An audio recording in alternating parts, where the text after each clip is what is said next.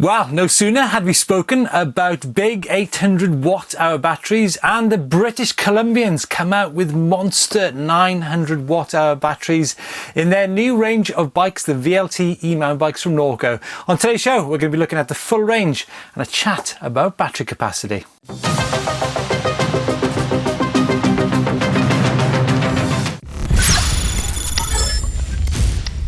Well, Norco have got a superb looking range of new e-mounted bikes. These are the third generation bikes and they come as a set called the VLT, and there's three bikes in the range, the range, the sight and the fluid. Now, the three bikes obviously in traditional mountain bike compartmentalization, 180, 170 for the range, 160, 150 for the sight and 140, 130 for the fluid. All bikes have got 29-inch wheels and come in a range of frame materials, carbon and alloy, and also in a range of component specs. But Chris, the big news is the battery capacities, isn't it? It is for sure. We're seeing three different options in these bikes: 540 watt hour, 720 watt hour, and the monstrous 900 watt hours. Now this has got to be an industry's first. It is the biggest battery currently on the market, isn't it, Steve? It is, and I think the interesting point here, Chris, is the fact that, battery capacity has increased threefold in the past decade. Obviously, we had the 280 watt batteries on the first generation Bosch motors, around about 2009, 2010. But this is very significant, and as Norco say, these are the biggest batteries in the industry. The question is, do you actually need 900 watt hours? It's a big question, isn't it? It is. I think if you're out there doing those big adventure rides, I think obviously if you're a heavier rider or you're riding difficult terrain, wet, boggy, muddy, big rides, having extra capacity is definitely going to be key, I think, don't you? Yeah, totally. So I think this is it. You need to weigh up the pros and the cons of higher battery capacities, because we've done rides on 500 watt hour batteries in more bike park orientated riding with smoother terrain, and let's not forget, when you ride a boggy ground, it's crazy how much the battery gets sucked of its life, doesn't it, because of that drag. For sure. Yeah, and I think if you had, if you go for those bigger rides, you imagine having another 900 watt hour battery in your backpack. That's 1,800 watt hours of battery. You could ride to the moon and back. The thing with that though, isn't it, Chris, is that would you actually want to ride with an extra 900 watt hour battery? Now, the weight of these batteries are 3,180 grams for the 540, 3,880 grams for the 720. And remember, the 720 is already a big battery, and 4.6 kilos for the 900 watt hour battery. So, translate that, what's that? It's about 10 pounds. It's quite a bit of weight to be carrying around in your backpack. So I'm thinking it's going to, when you're choosing these bikes, it's going to be quite a, sort of balancing act between profit and loss of weight versus range, and how much do you weigh, and sort of your tyre choice. But the bottom line is it's definitely great news.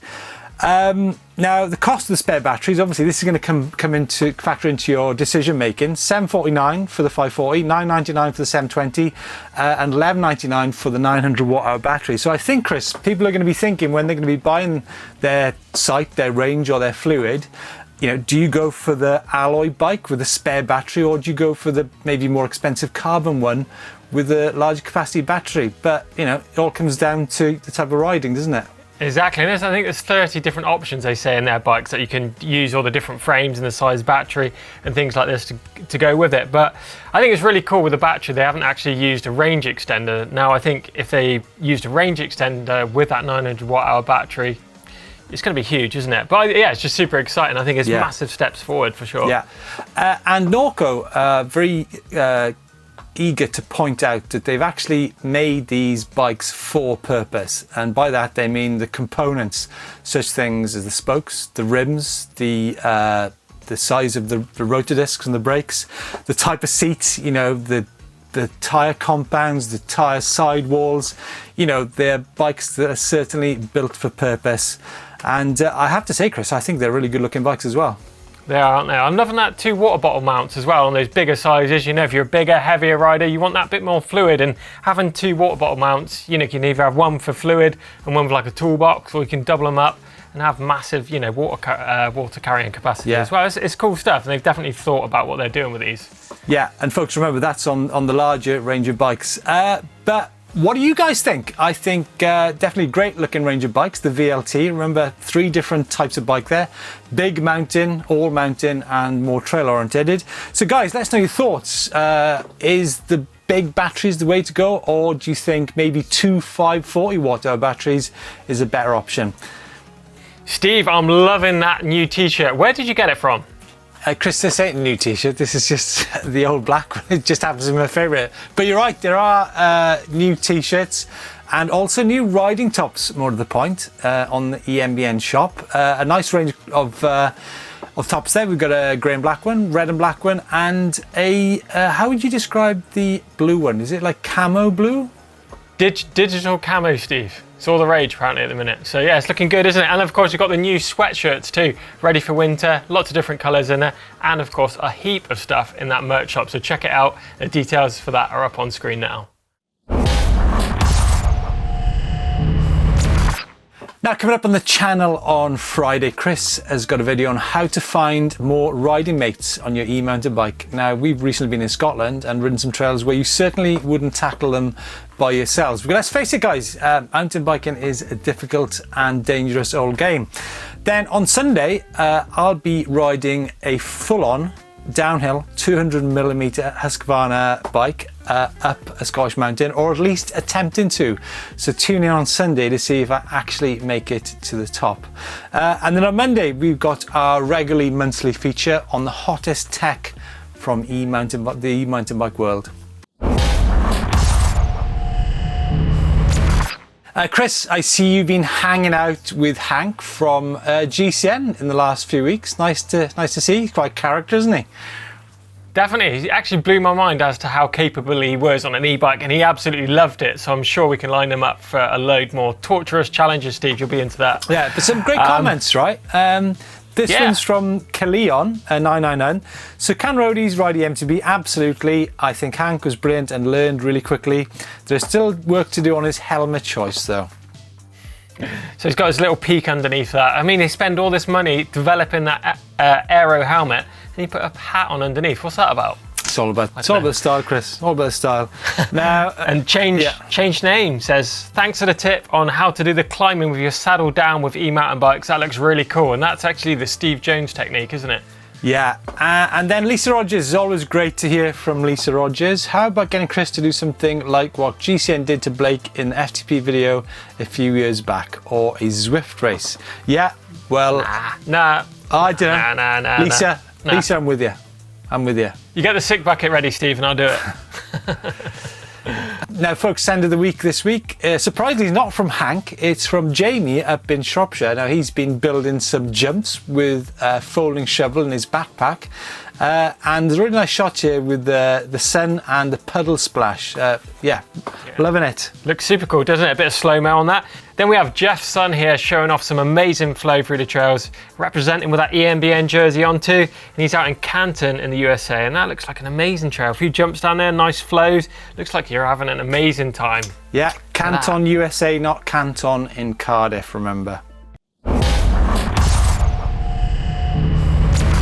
Okay, it's time to see where you guys have been riding your e-bikes all over the world. This is where in the world, and what have we got first, Steve? First up this week, we've got Mike, and he's been up in the North Yorkshire Moors, and I don't know if this is Goathland or Goatland, but whatever. Sheepland, isn't it? Sheepland. It could be Sheepland, but we've got some old quarry pits there in the background.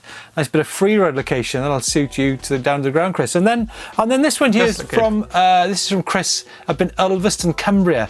Now I didn't know there was a lighthouse up there, but it's a fantastic locational shot there. Like I said, Chris on his Auto Bayer.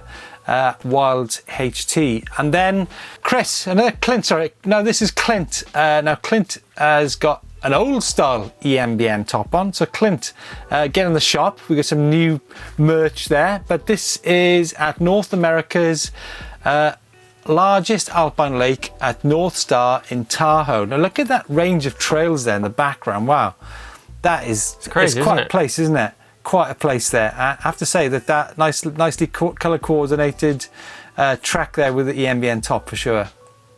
Does look good, doesn't it? That luminous yellow and the jersey. And lastly, rounding up the where in the world, we've got Drew here. He's out in Jersey on the Channel Islands, breaking the rain to get out for a spin on the island's cliff path. Look at that, loads of tech. Well, here, amazing shot, isn't it? Yes, well, certainly here in the UK, where temperatures have been breaking the 30 degrees mark, it's been a fantastic time to get out on your e-mounted bike, or in fact, any bike at all. So guys, like I said, keep sending in the photographs of where you've been, what you've been doing, and maybe stick in a couple of videos into the mix. Right, it is time for the bike vault, and you're going to see if you can get a nice or a super nice for your e-bike. What we got, Steve? Kicking things off is Brad and a brace of bikes, a Mondrian Craft DR versus Cannondale Trail. Yeah, old school versus new school. That's a nice shot. Nice to see you testing the water levels on your new bike there. It's nice, it's nice. And then this one here is from Marco on a Dengfu E06 full suspension carbon e-fat bike. I've got to be honest, I'm not a fan of fat bikes, but I have to say, Marco, I think that's a super nice shot showing off the bike there. Loving the black and white and a bit of silver. Very cool, super nice. Full suspension fat bike, I think it looks pretty cool. But look at this one, this is Grant here with Scott Ransom E-Ride 920. He's out on the Colorado Trail, taking his new Ransom out to test it out. And I mean, look at that backdrop there, nice bit of rock going on.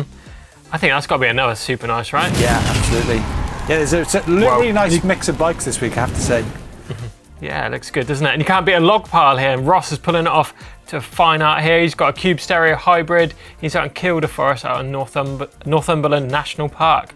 And again, putting his new e-bike through the paces. So lots of new e-bikes out there, which is really cool to see, isn't it? Yeah. That's definitely a super nice too. Yeah. And move things on, a lovely colour on this giant bike here from Chad in Kalamalka Park in Colston, British Columbia. That is a nice shot. And also the Gareth's white E160 in the trails around Nyarth Reservoir, up, I'm guessing, in the Brecon Beacons. That is nice too. But this next shot, Chris, I think... super crisp, isn't it? I think one of my all-time favourites. Definitely. So this is Russell's Commensal Meta Power 2020. He's out in Wood Hill Bike Park in Auckland, New Zealand. So second ride after 4 months out after a big crash. He's done loads of upgrades to this bike, and look at that shot. That is absolutely stunning, isn't it? And that is definitely got to be a super nice ride. I mean, you look at the Z Ultimate fork there, the EXT shock, the coil shock in the back, you got the DT rims, you got the Miranda cranks, spank bars and rental stem. Russell, what a beautiful looking bike. And you know what, it's great to see people upgrading their bikes and, you know, making them, you know, custom personalising them. Exactly. Love it. Adding those bits in, isn't it? Well, check out this end. This is Christopher here. He's got a 2021 Orbea Wild FS team. He's out in South Mountain, Phoenix, Arizona, USA, and just finished up a new build and out exploring on his e-bike. And again, that is another stunning shot. I mean, orange with that sun peeking through, everything screams super nice to me again. Yeah. And wrapping things up for this week's Bike Vault is Michael on the new 2016 Bulls E-Stream Evo 3 in Hillman State Park in Burgettstown outside Pittsburgh in America. And that's a nice shot. That's a nice shot. But Chris, I think without a doubt this week is the Commensal, the custom Commensal, isn't it? Absolutely just stunning. Looking at it now it's one of our best shots I've had, I think, we've had in the Bike Vault ever. But keep them coming in. Use the upload service for anything here on EMBN. Yeah.